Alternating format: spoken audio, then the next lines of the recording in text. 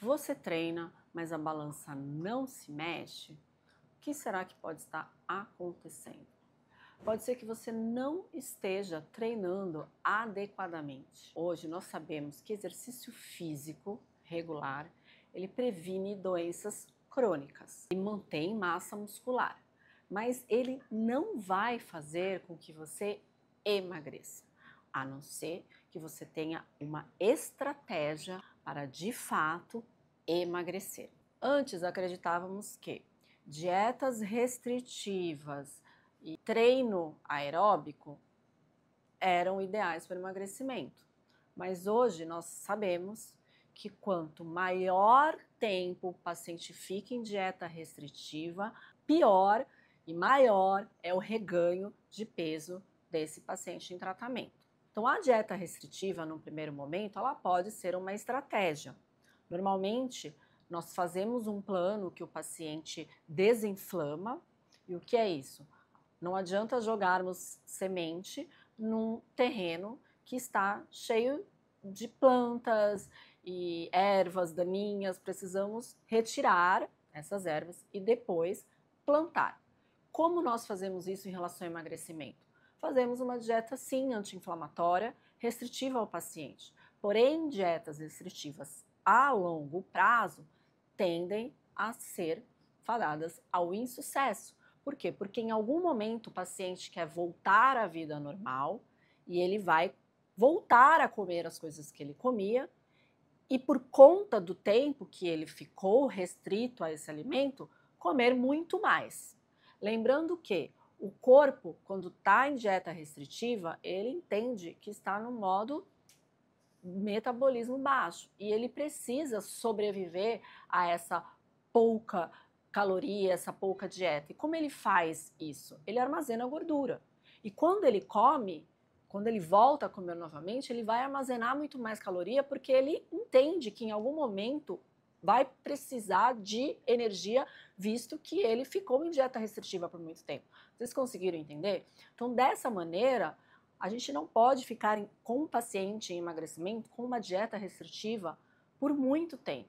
Nós sim fazemos no primeiro momento, mas depois de desinflamar esse paciente, a gente precisa voltar a inserir uma dieta que seja adequada para o estilo de vida dele, para o que ele gosta, porque o alimento tem essa questão da relação social, então é necessário que esse paciente também saia, se divirta. Então, a gente precisa adequar a dieta de acordo com o estilo de vida do paciente e com o gosto do paciente. Então, dietas restritivas a longo prazo, com treinos resistidos, vai fazer com que esse paciente que está em emagrecimento tenha uma baixa do seu gasto energético, uma baixa da taxa metabólica basal e fazer com que esse paciente dessa maneira tenha reganho de peso. Então é muito importante a gente também ter uma estratégia dietética quando a gente fala sobre taxa metabólica basal. Dietas restritivas por muito tempo não é satisfatório para um emagrecimento saudável.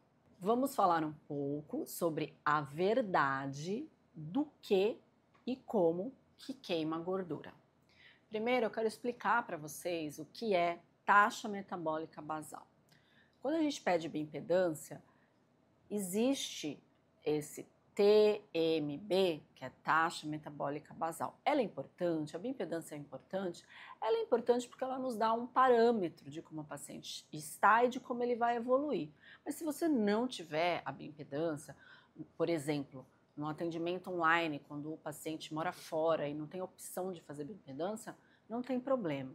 O que a gente precisa saber de fato é a taxa metabólica basal desse paciente. E mesmo que a gente não saiba o valor e a gente vê que o paciente está obeso ou está com dificuldade de queimar gordura, a gente sabe que ele tem uma taxa metabólica basal mais baixa. Normalmente mulher, fase reprodutiva, após fase reprodutiva, perimenopausa, tende a ter uma taxa de metabolismo basal baixa.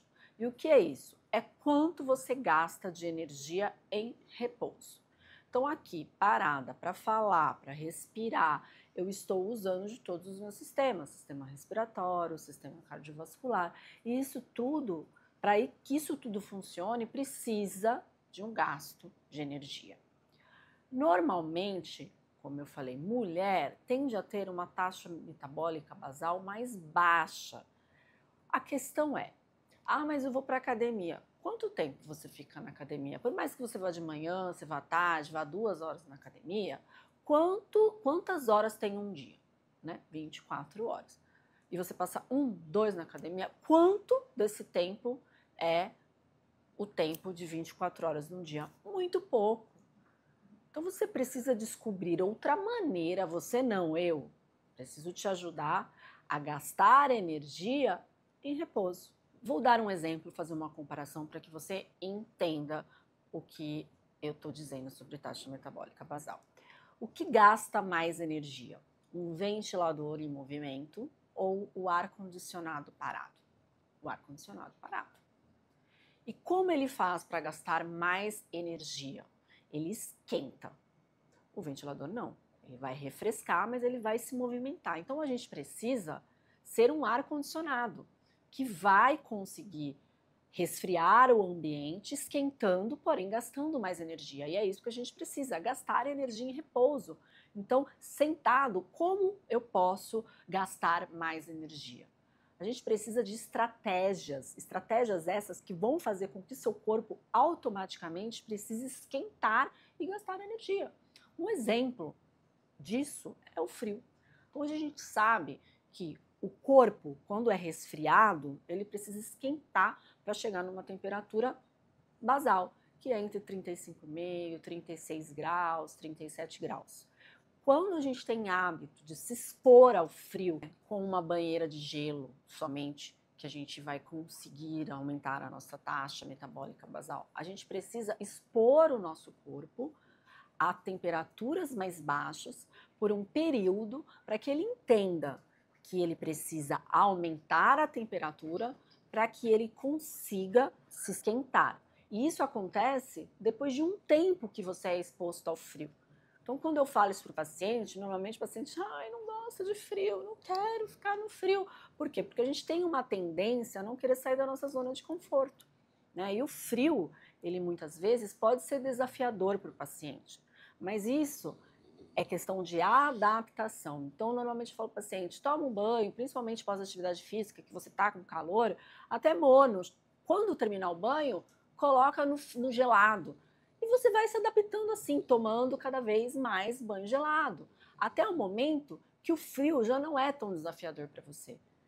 E aí você tenta se expor ao frio em horários que você está no trabalho, por exemplo, no consultório, o meu ar-condicionado, ele fica em torno de 17, 18, eu durmo nessa temperatura, independente da temperatura, e com um cobertor ou edredom, eu faço com que eu consiga relaxar, porque é comprovado que o ser humano, para ter um relaxamento, ele precisa se sentir acolhido. Então, o edredom pode fazer esse papel e, numa temperatura fria, o seu corpo consegue manter essa hormese que a gente chama, né? E isso acontece na banheira de gelo. Antes usava-se muito na medicina esportiva para poder recuperar músculos de atletas. Hoje a gente sabe que, inclusive, pós-exercício físico de força, quando tem uma exposição à banheira de gelo, não existe um ganho de massa muscular. Então, nós temos vários estudos mostrando o efeito do frio, seja no músculo ou seja no seu próprio metabolismo. Então, o frio é uma dessas estratégias e é uma estratégia barata que, sim, se você quer de fato se curar e tratar da obesidade e ser um paciente que consegue comer o que você gosta quando você quiser e gastar energia ao mesmo tempo, você vai precisar se expor ao frio. Também temos outras estratégias, como o exercício físico. Então, mas eu faço exercício físico e mesmo assim não consigo emagrecer. Será que você está fazendo exercício físico direito? Acho que não. Então, hoje nós sabemos também que além do exercício resistido de força, que não adianta ser 2 vezes na semana, e hoje não mais somente 3 vezes na semana, a gente precisa de 4 vezes na semana, de pelo menos 45 minutos. E intercalado com esses treinos resistidos de força, a gente pode lançar mão do HIIT, que é um exercício de alta intensidade num curto período de tempo. E isso os pacientes costumam gostar muito. Por quê? Porque você consegue treinar pouco tempo e consegue aumentar seu gasto energético.